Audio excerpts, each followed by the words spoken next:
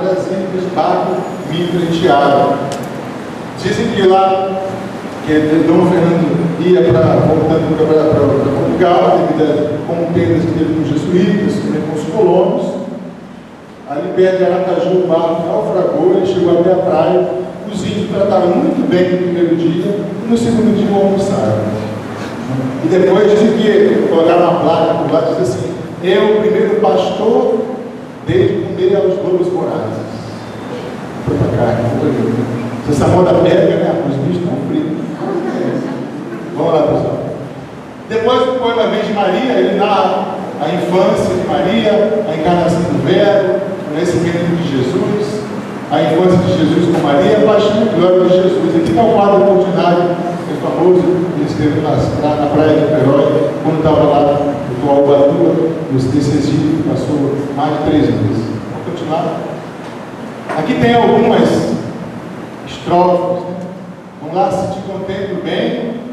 Ó sagrada menina, és árvore da vida em floração divina, és o forte bastão que sustenta os teus passos, és a colina em mata, onde o odor é intenso, Virgem Senhora, ó luz, sona e cinta de alvura, os seus 15 degraus, sobe ao tempo sozinha, sem auxílio do Pai, ó Santa Virgenzinha. Aqui o que ele faz?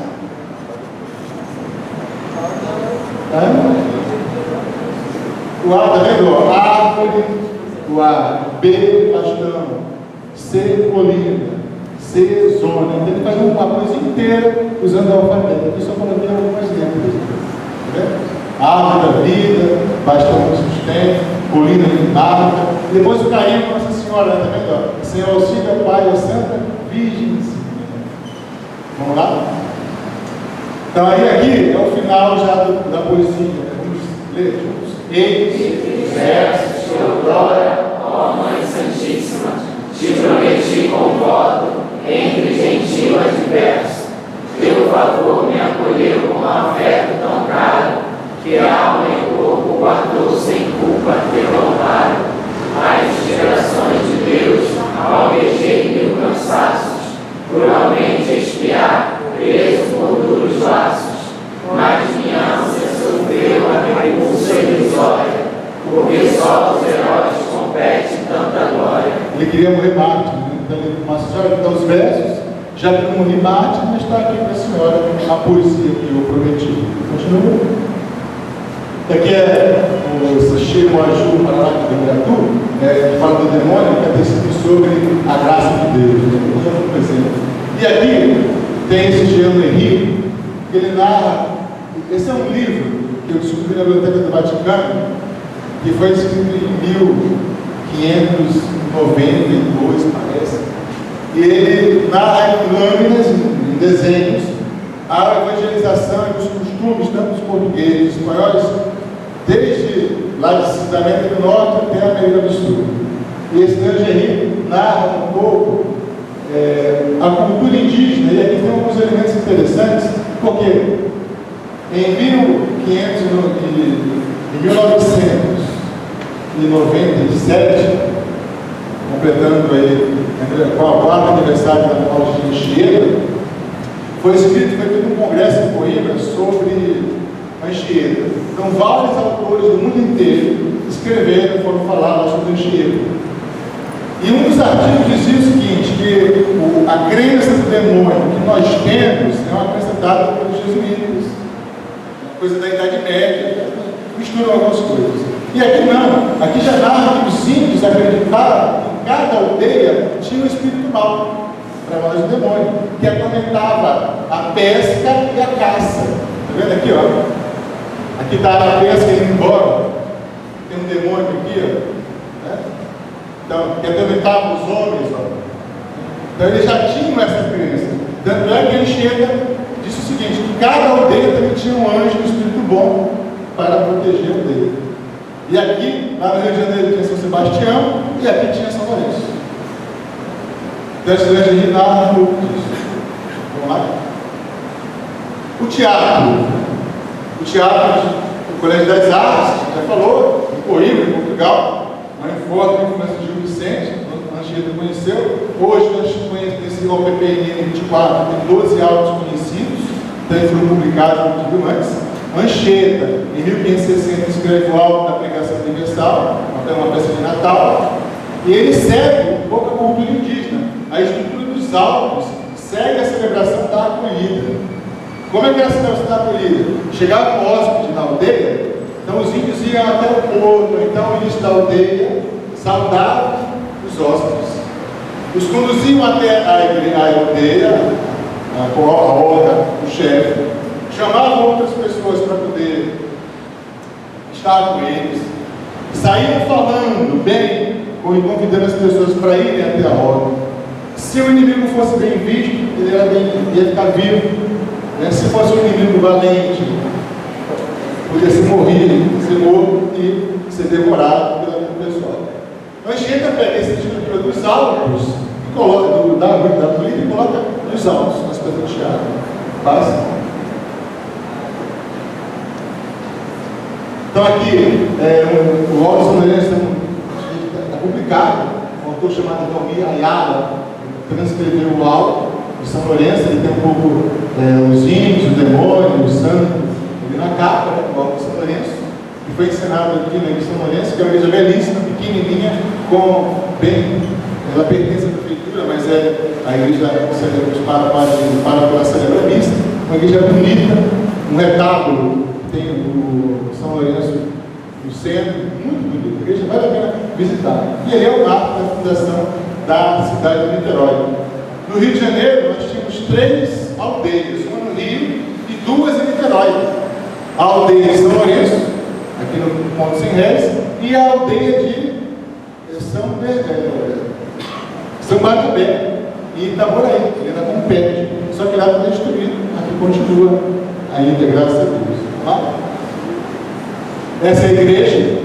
Então, em 1587, a apresentação do alto diz que caiu uma grande chuva na Baía de Guanabara, e só no lugar do alto não choveu. A Anchieta falou, não vai chover. Depois que acabou o alto, por 3 horas, que é uma chuva torrencial, está nos livros escritos, né? Algumas testemunhas declaram isso. O Alto São Lourenço tem 1493 versos, foi escrito em tupi, português e espanhol, muito pedagógico e catequético. Os tupinambás, franceses, portugueses e menores fazem parte da peça dos integrantes, dança, canções, instrumentos musicais, ele utiliza, faz. Veja aqui uma foto atual dos índios caracterizados, com as suas penas, as suas plumas, a sua dança, a sua ornamentação. Imagine isso há 5 séculos atrás. Faz. Aqui também é outra foto, né? Imagine, hoje tem menos pena. Nós tínhamos uma missão lá em Barra do Garças, e há 2 tribos, Xavante e Boró, que você desenha no escudo, né? Os Xavantes são guerreiros, e os Borós são artistas. A gente vê os papagaios tudo desnudos, assim, de pena, né? Porque eles tiravam as penas dos papagaios, desarravam para poder fazer brinco, colar, é uma ornamentação deles. Passa. Aqui já continua um quadro de Jean Léry, onde ele narra um pouco a cultura indígena. E tem algumas coisas interessantes. Vendo os maracás, os instrumentos de percussão, aqui espécie de cachimbo. Aqui, olha a diferença dessa parte com essa parte dos índios, né? Aqui eles colavam penas no corpo para dançar, que tem outra decoração, pega os pés de carro, a dança com os pés, né? E eles dançavam muito com os pés.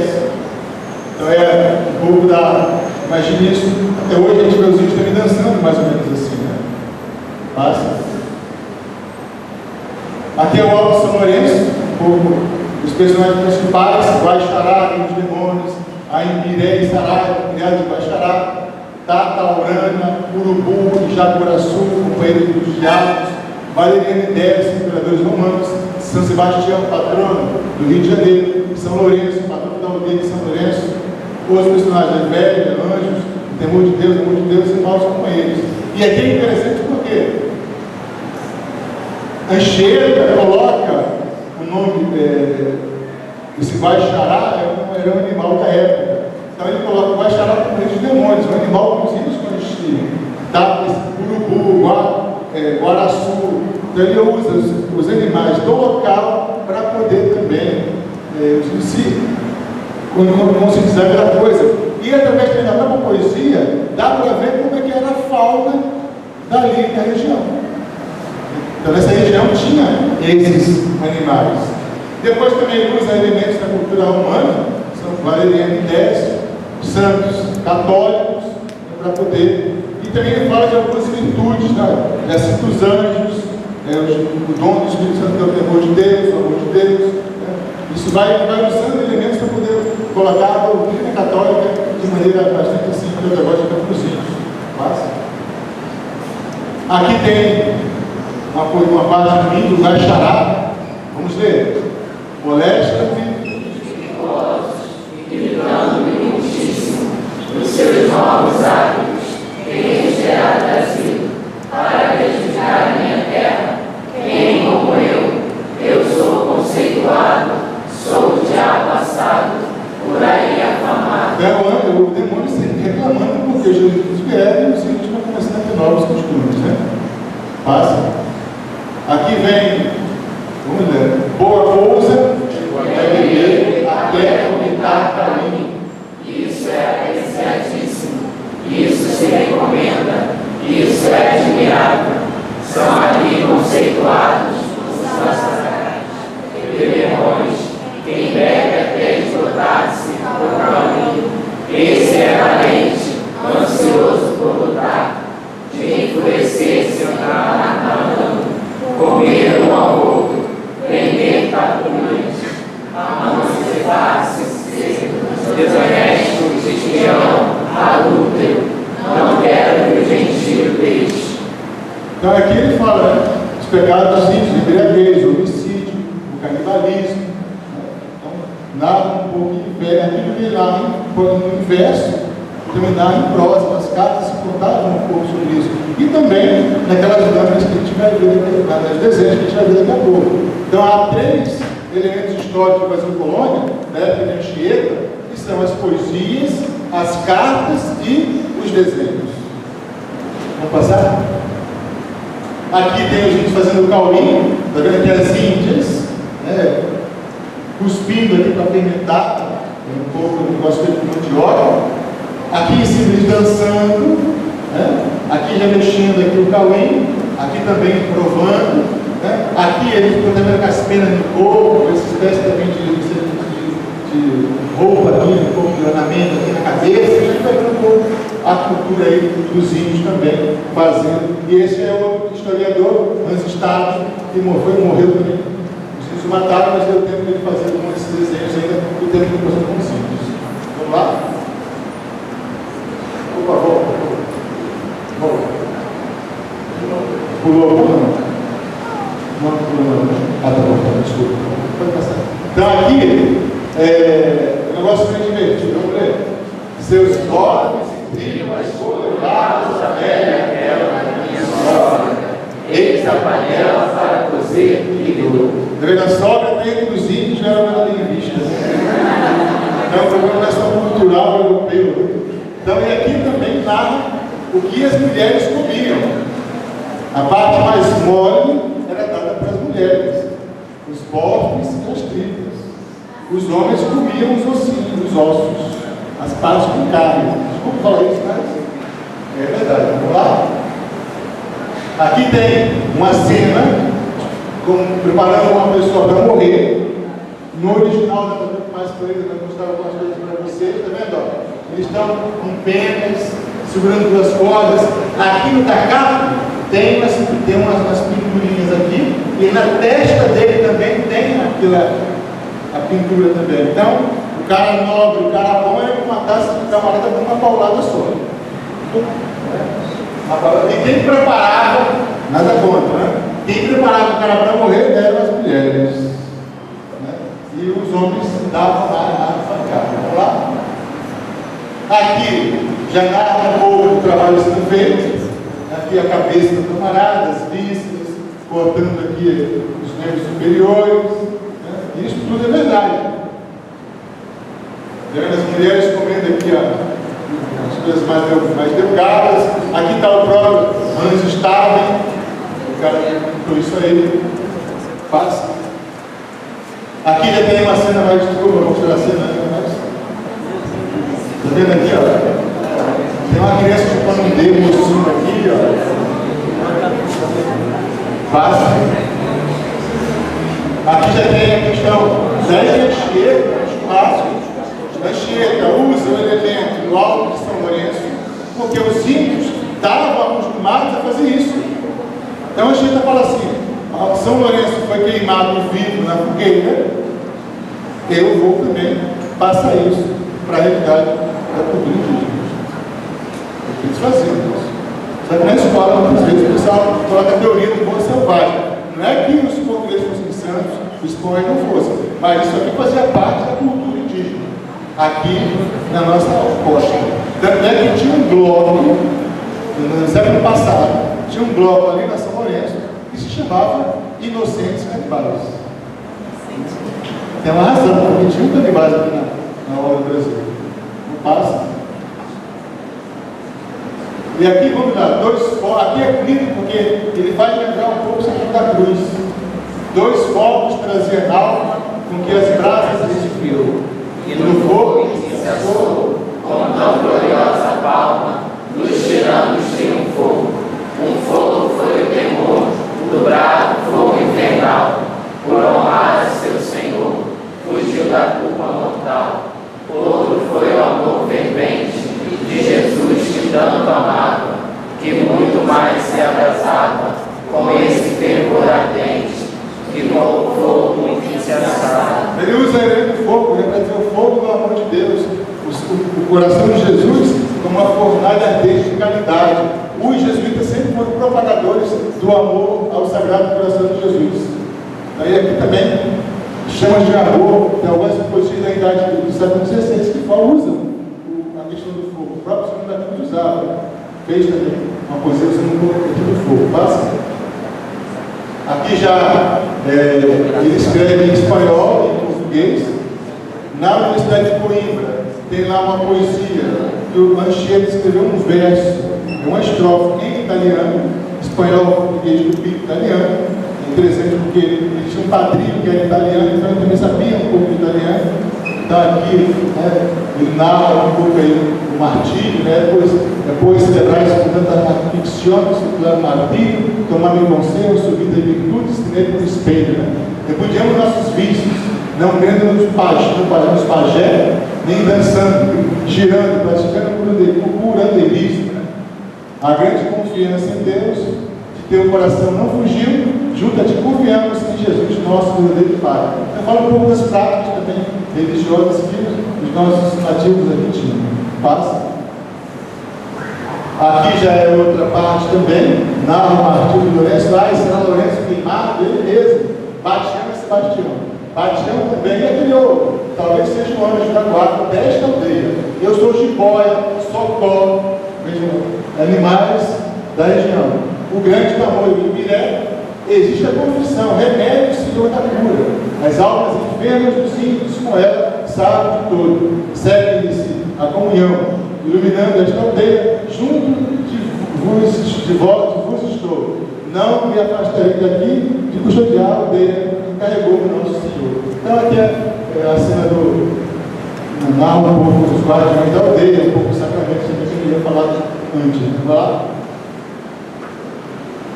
Aqui é um pouco em tupi, para vocês verem, né? Esse Cardoso, esse padre Cardoso, que eu fiz a tradução da obra em poesia, o cara aprendeu o tupi para poder escrever. Então lá tem Ororó, Oré, Capoaté, Indé, Oré, Caruli, Oropia, Zé, Evalina. Nós depositamos em tuas mãos as nossas almas, confiantes em ti, vamos tudo durante a nossa vida, né? Tem uma frase que fala sobre isso, né? Aquele nosso amigo lá no templo, né? Fala assim, agora o Senhor é potente, o Senhor serve de paz. Alguns salmos também que fala também desse texto aí. Vamos lá? Aqui é outra poesia, na vida de Vitória, o Fato Real, escrito em 1995. A vida na vida de Vitória, aí entra os elementos Satanás, Maurício, a viúva, Lúcifer, a ingratidão, o governador, porque o governador morreu e a viúva tomou conta da vida. Então tem problemas e a gente ajuda a resolver. Os índios acolhem a imagem do santo no povo e a levam no sistema até a vida, o ato da acolhida. Satanás e Lúcifer falam o ato da igreja. Vamos lá? Aqui vem o povo. Quem visitou Isabel? Que Deus em seu ventre tem. Faz de festa solene, pois que vem Deus nele. Parece descansado de estar, dizem quem sou eu, irmão. O Romero é castelhano, que os vinhos e tal, e põe em vossas mãos. Aqui ele chega, faz, ele se coloca como personagem na poesia. Está velho, em 95, em 97 ele vai morrer, ele se faz também como fragmentos. Vamos lá? Aqui, olha, vai lembrar um pouco de Santa Teresa d'Ávila. Morro porque não morro. Parte de se partir, voz amada, Senhora, confiado pela ordem que ele teve de morrer, sereis minha visitadora. Então aqui ele fala um pouco de ele, perto da morte dele, ele se coloca nesse sentido. Parte de se partir, morro porque não morro. Vai lembrar um pouco de Santa Teresa d'Ávila, o poema que ele escreveu. Vai lá? Então, algumas conclusões para terminar. Anchieta foi o primeiro humanista brasileiro, contribuiu para a unidade cultural do país, conseguiu que os índios falassem entre si, porque havia muitos dialetos, muitas línguas, era meio complicado, e o Tupi unificou os próprios índios. Transmitiu a fé aos jesuítas com as cartas e poemas, transmitiu a fé aos nativos brasileiros, utilizou a arte para comunicar a fé, o teatro, a música, a dança, a poesia, foi um místico. O Padre Cardoso coloca o Beato, agora atual santo, Gedecheta, ao lado dos grandes poetas místicos do século XVI, Santa Teresa d'Ávila, São João da Cruz. Vai lá. Utilizou a cultura indígena para transmitir a fé, conheceu e entendeu o modo de pensar do seu público, centrou seus ensinamentos no amor à Eucaristia, a Nossa Senhora e na vida dos santos. É o primeiro mariólogo do Novo Mundo, porque escreveu toda a vida de Nossa Senhora, desenvolveu a cultura dos nativos brasileiros, foi considerado o iniciador da arte comunicativa brasileira, o padre Piloto, jesuíta, né? Foi considerado o pai da literatura e do teatro brasileiro, e a sua contribuição à vida, à cultura, à fé e à evangelização lhe mereceu o título de apóstolo do Brasil. Assim, quando ele morreu, o bispo que fez o sepultamento deu esse título de Papa João Paulo II, quando o beatificou, ratificou Anchieta como sendo o apóstolo do Brasil. Então eu acredito que o sistema da democracia isso acabou. Se alguém quiser fazer alguma pergunta, alguma observação, mas não concordo, não gostei, tenho dúvida disso. Vamos deixar o microfone passando, para quem quiser fazer pergunta, usar o microfone para que a gente possa escutar. Mas faça a primeira logo. Com que idade ele veio para o Brasil? 19 anos. 19 anos. As regiões aqui, por onde ele caminhou? As suas diocese, quais são as regiões que Maricá, Itaboraí, Niterói. Tem até um milagre em Maricá, da Lagoa de Sambaetiba, que o professor estava pescando e ele não pescava nada, ele falou: jogar a rede do lado direito e pescar muitos peixes. Então, aqui nessa região, Maricá, Itaboraí, Niterói, Chico esteve por aqui. E veio jovem, com 19 anos. Né? Depois, o ano de tuberculose, ele ficou bom. Ainda passou um ano, imagina, viveu quase 40 anos aqui no Brasil. Padre, bom dia.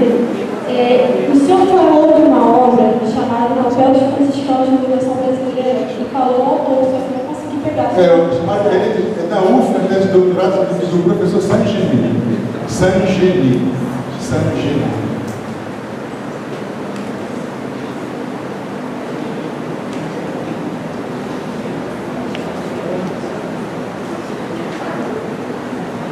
Esse rapazinho. Então,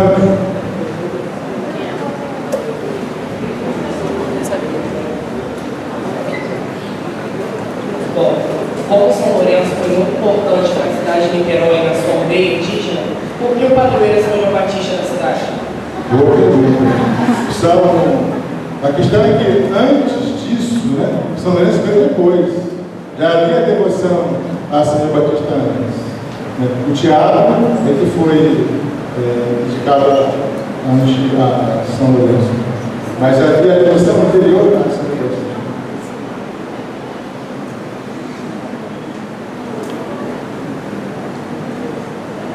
Mais alguma pergunta?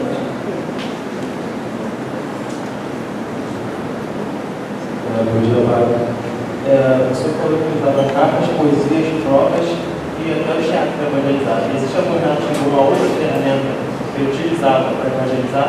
O exemplo dele, de vida, um homem de oração, um homem que dava exemplo, um homem que amava os índios, ia atrás dele. Por exemplo, uma coisa muito bonita para nós padres, né? A Anchieta tinha um altar portátil. Ele levava o altar para onde ele ia, escreveu o padre, para celebrar a missa na vida da colégio. Onde ele ia celebrar, para o padre. E ele costumava ajudar, antes como irmão, 6, 7, 8 missas.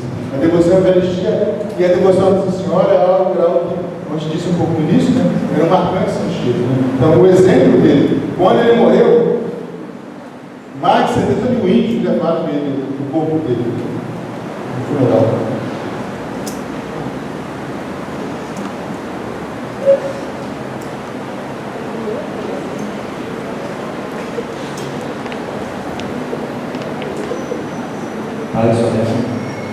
É verdade que essa mulher chega, evangelizou o Brasil, pé descalço? Sim, ele andava descalço. E ele tinha um dano de locação. Os jesuítas tinham uma nave, tinham um barco. E isso causou confusão, não.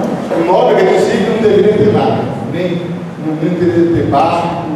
E outros, e o Groba, que fosse muito jesuíta, eles tinham um barco, tinham escravos também. E a Anchieta, às vezes, chegava mais rápido que o barco.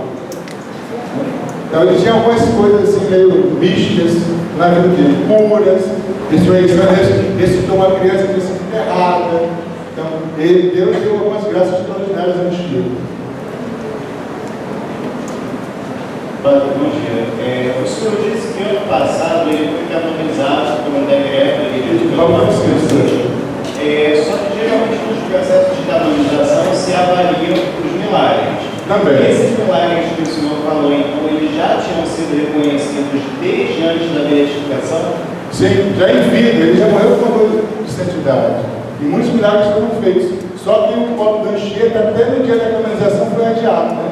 Foi num dia e passou para o outro. O processo durou 300 anos, por muitas coisas. Houve a expulsão dos jesuítas, houve um decreto lá no Vaticano que dizia o seguinte: que só podia ser depois de 50 anos haver a causa de canonização. Então, como antes mesmo da houve a beatificação e houve um milagre, mas o Papa pode liberar essa questão, né? Tanto é que estudaram o processo, pelo dor de santidade, ele já tinha o Papa disso aí, né? Que poderia, assim como outros também. O próprio processo de beatificação dele foi por pedido da Conferência Episcopal Brasileira também, como de outros personagens também na história. Bom dia, padre. Gostaria de saber se a morte dele foi pela doença ou foi pela velhice? Pelos dois, ele morreu cansado, né? Ele morreu cansado. Ele não morreu por tuberculose, mas tinha um homem que não dormia, um homem que trabalhava muito, que andava muito, né? Então ele morreu cansado. Olha, ele nasceu em quando? 1534, não foi? E morreu em 1597. Passa agora a conta. Todo mundo vai beijar. Quantos? 63. Vamos lá? Mais alguém? Ou já pode ir embora? Vamos lá agora. Tá bom então. Então, obrigado a vocês, parabéns pela iniciativa. Agradeço pelo convite, a José, para o André. Rezaremos por vocês para que vocês possam perseverar, assim como a Anchieta perseverou, independente dos obstáculos que ele encontrou. E também a Anchieta foi dada como padroeira dos catequistas brasileiros. E também foi um dos patronos da Jornada Mundial da Juventude. E se além um dia a gente pode até tentar fazer, vocês que são jovens, a gente pode fazer um caminho de Anchieta. Geralmente na época do Corpus Christi, o pessoal faz. Então, tem esse caminho que são 3 dias. E vai de Vitória até a cidade de Anchieta. do Espírito Santo. Agradecemos, Padre, por ter aceito nosso convite, nosso pedido, né, de partilhar seu conhecimento conosco. Certamente a vida de gente chega